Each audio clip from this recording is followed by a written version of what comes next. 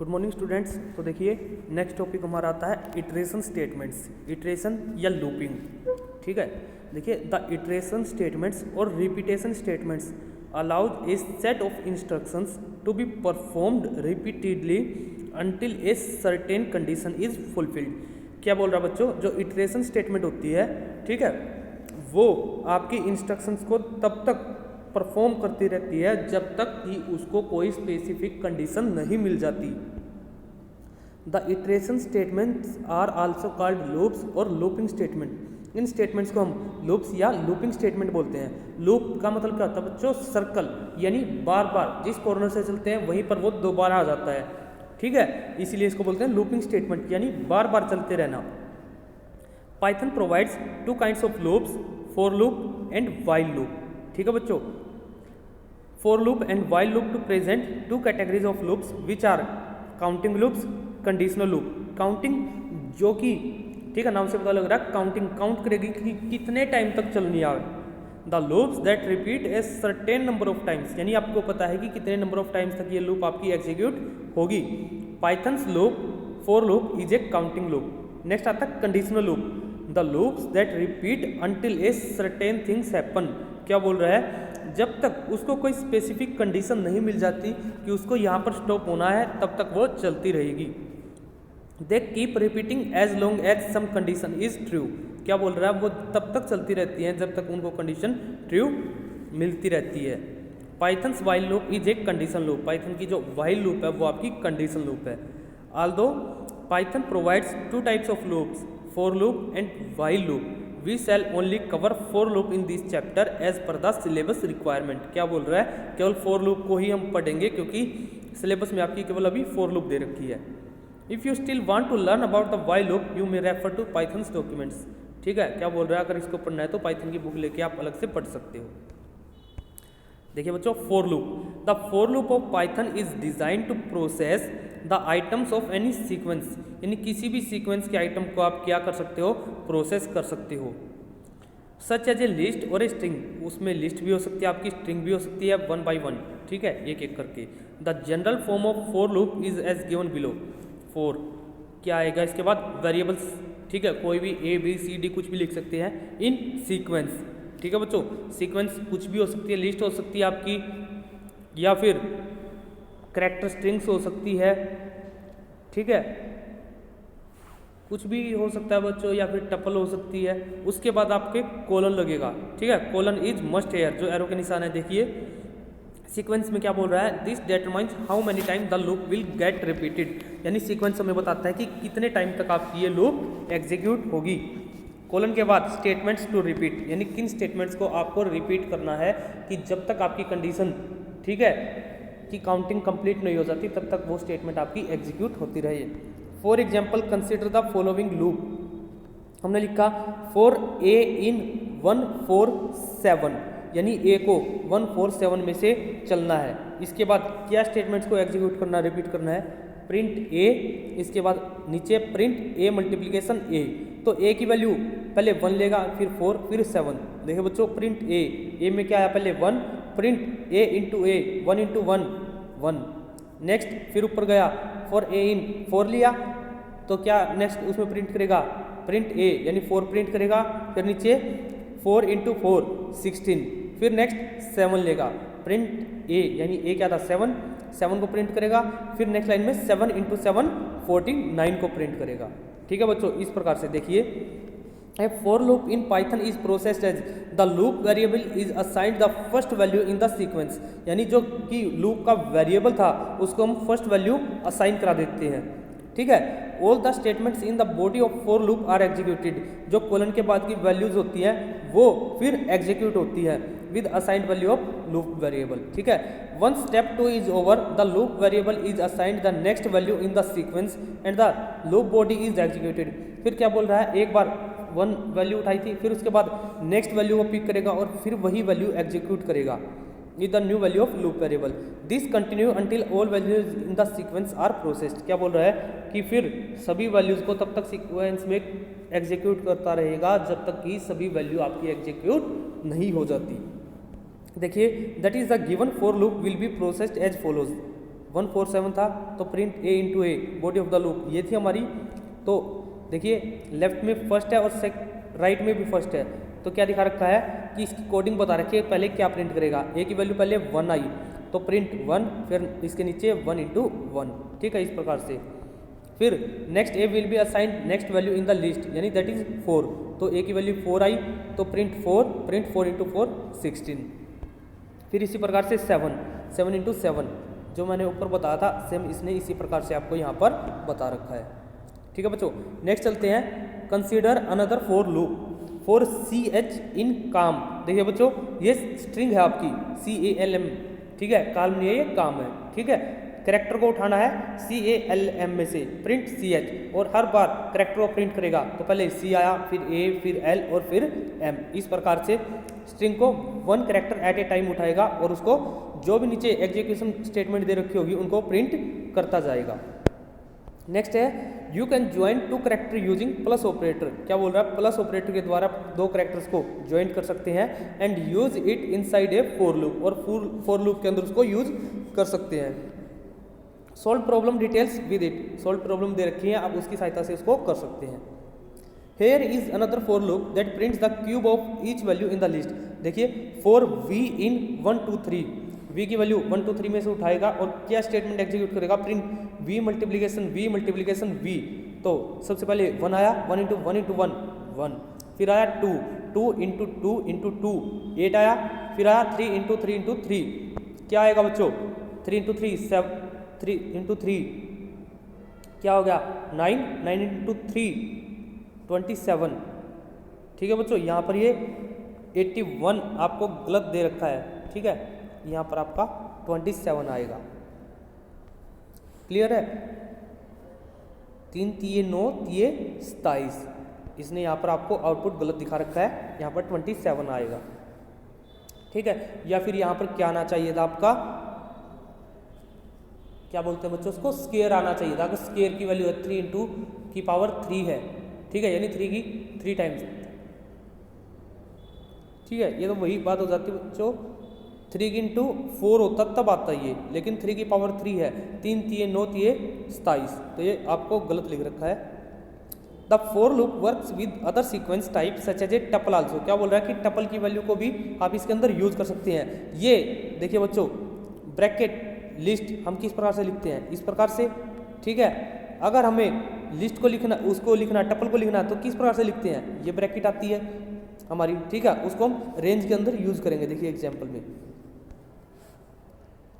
such as tuple also, but we will stick here mostly to list process a sequence of numbers through for loop.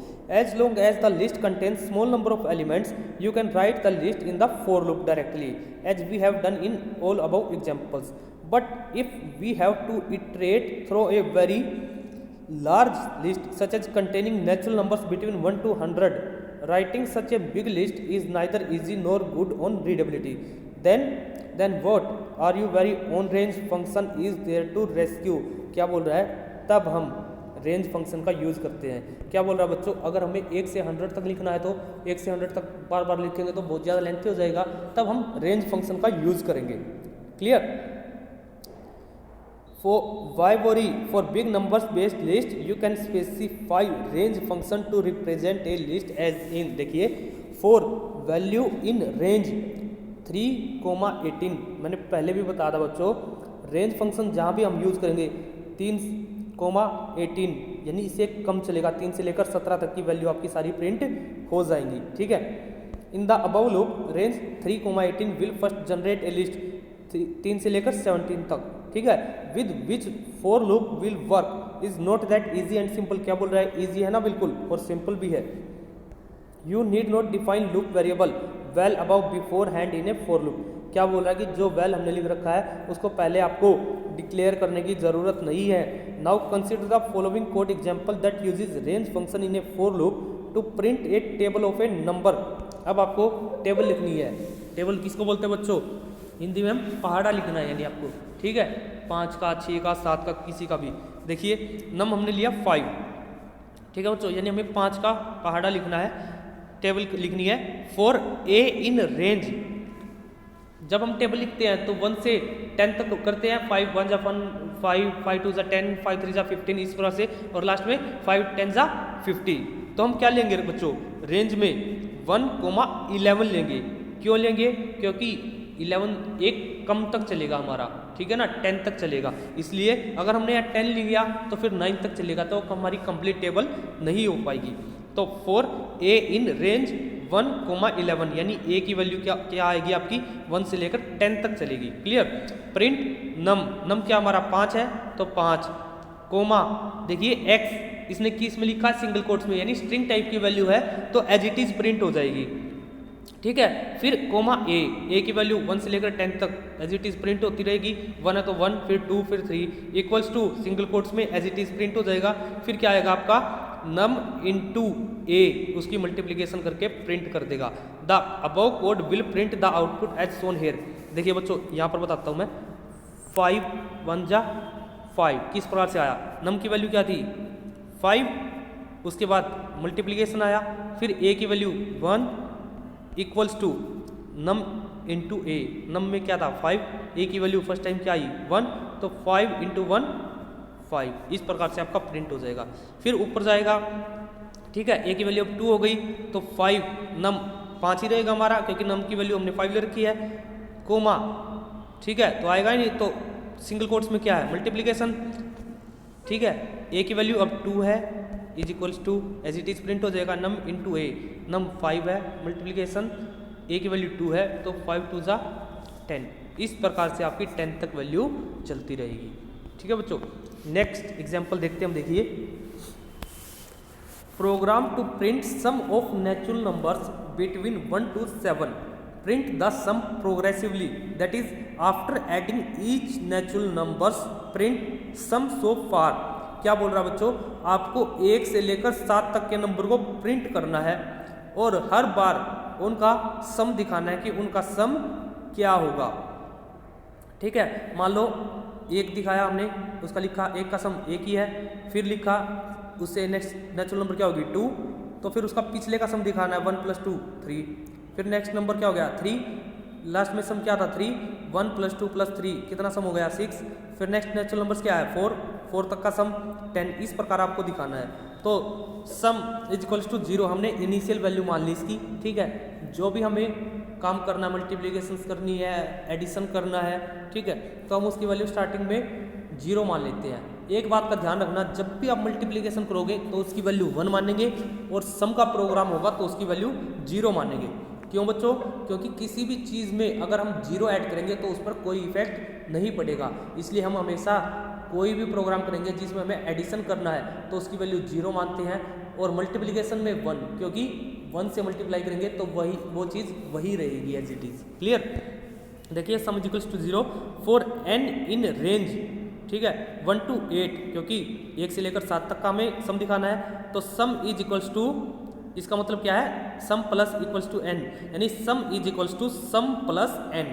तो सम की value starting में क्या थी बच्चों 0 plus n की value क्या है 1, तो सम में पहले क्या आ जाएगा 1, ठीक है। प्रिंट करना है sum of natural numbers less than equals, ठीक है बच्चों, डबल कोट्स में है तो एज इट इज प्रिंट हो जाएगा, कोमा n की वैल्यू 1 से लेकर 7 तक चलेगी, ठीक है, वो प्रिंट होती रहेगी 1 2 3 4, उसके बाद इज सम में जो सम आएगा वो यहाँ पर प्रिंट हो जाएगा। करके देखो आप, देखिए सम n की वैल्यू सबसे फर्स्ट टाइम 1 थी, sum is equals to sum plus n, sum में क्या था 0 प्लस 1, तो क्या आ गया सम में 1, तो नीचे प्रिंट क्या हो जाएगा sum of natural number less than equals 1 is 1। फिर ऊपर गया n की वैल्यू क्या हो गई 2, सम में लास्ट टाइम क्या था 1 आया था हमारा, 1 प्लस n की वैल्यू 2, तो क्या हो गया सम 3 हो गया सम में। अब sum of natural numbers less than equals to n की वैल्यू क्या थी 2 इज 3, इस प्रकार से आपका 7 तक चलता रहेगा। क्लियर। देखिए नेक्स्ट एग्जांपल देखते हैं हम, program to print sum of natural numbers between 1 to 7। अब आपको टोटल सम दिखाना है बच्चों, ठीक है, टोटल सम दिखाना है कि 1 to 7 में आपका आंसर क्या आएगा। देखिए sum is equals to 0 for n in range 1, 8, यानी 1 से लेकर 7 तक चलेगा, ठीक है। सम की value sum is equals to sum plus n, print sum of natural numbers less than equals to n is सम।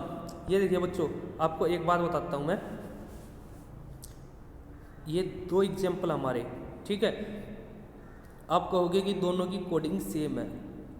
ऊपर देखो आपको दोनों की कोडिंग सेम दिखाई दे रही है, लेकिन मैंने आपको बताया था कि जब भी आपको किसी लाइंस को प्रिंट करना है, आपको ये चेक करना होता है कि वो किसके नीचे लिखी हुई है, किस लाइन के नीचे लिखी हुई है सीक्वेंस में। ये देखिए, सम और प्रिंट दोनों एक ही लाइन के नीचे हैं, ठीक है।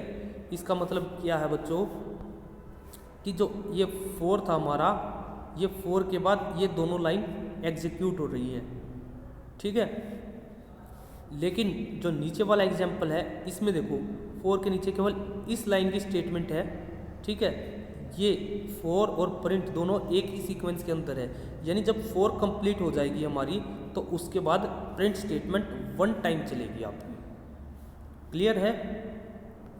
देखिए, for n in range 1 to 8 sum equals to sum plus n, 1 आया, 1 + 0 1, फिर 2 3 7 4 5 6 7 तक का प्रिंट किया, ठीक है, 28 आ गया। लास्ट में प्रिंट करेगा sum of natural number less than equals to n, यानी 7 इज 28, ठीक है बच्चों। नीचे देखिए, इसने यही बता रखा होगा आपको, carefully look at the above program, it again emphasize that body of the loop is defined through indentation and one more fact and important one too, the value of loop variable after the for loop is over। क्या बोल रहा है कि बच्चों, सम के बाद इसकी जो लूपिंग थी वो खत्म हो जाती है, ठीक है। हमें इंडेंटेशन देखना, ये इंडेंटेशन कि ये किस इंडेंट के अंदर आपका लिखा हुआ है, ठीक है। Is the highest value of the list, notice the above loop printed value of n after for loop as 7 which is the maximum value of the list generated by range 1 8। ठीक है बच्चों, आज के लिए केवल इतना ही करते हैं। अगर आपको ना समझ में आए तो आप स्कूल में, ठीक है, आकर पूछ सकते हैं। स्कूल में आप आ ही रहे हो, ठीक है, तो स्कूल में आप कभी भी किसी भी टाइम अपनी क्वेरी को सोल्व कर सकते हैं। आज के लिए थैंक यू।